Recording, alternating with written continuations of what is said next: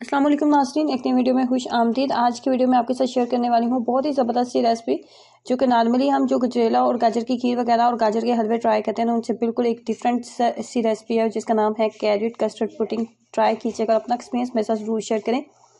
कैसे बनाएंगे आइए जानते हैं।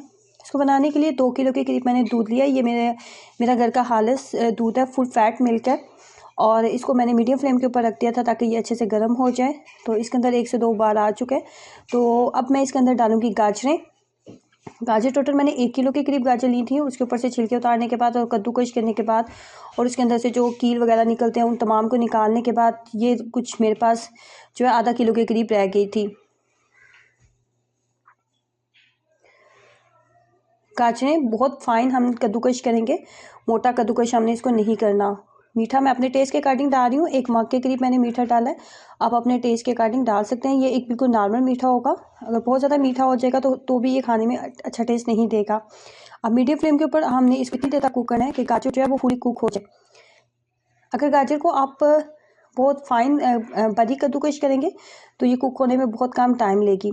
गाजर जो है वो फुली बहुत अच्छे से कुक हो चुकी है और जो दूध था वो भी 2 किलो से तकरीबन जो है 1.5 किलो के करीब रह गया।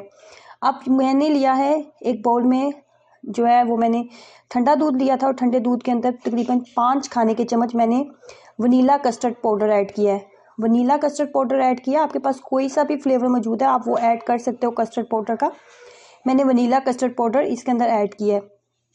कस्टर्ड पाउडर ऐड करने के बाद साथ ही हम इसके अंदर डालेंगे मिल्क पाउडर। अगर आपके पास कंडेंस्ड मिल्क मौजूद है तो वो भी डाल लें, अगर वो नहीं है तो आप भी मेरी तरह जो है मिल्क पाउडर ही ऐड करें। तकरीबन 1 बड़ा मग जो था वो मिल्क पाउडर का मैंने ऐड किया।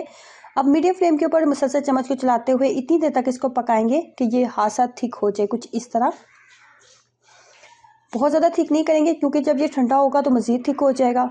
तो बस इतना थिक किया कि इसके अंदर जितना भी एक्स्ट्रा पानी था वो ड्राई हो जाए। उसके बाद इसको किसी भी बाउल में निकाल के तो इसको फ्रिज में रख देंगे ताकि ये अच्छे से ठंडा हो जाए। तो विंटर आ चुका है और गाजरें जो हैं वो मार्केट में आ चुकी हैं। तो इस रेसिपी को ज़रूर ट्राई करें और अपना एक्सपीरियंस ज़रूर शेयर करें। वीडियो को लाइक करना और चैनल को सब्सक्राइब करना मत भूलें। अल्लाह हाफिज़।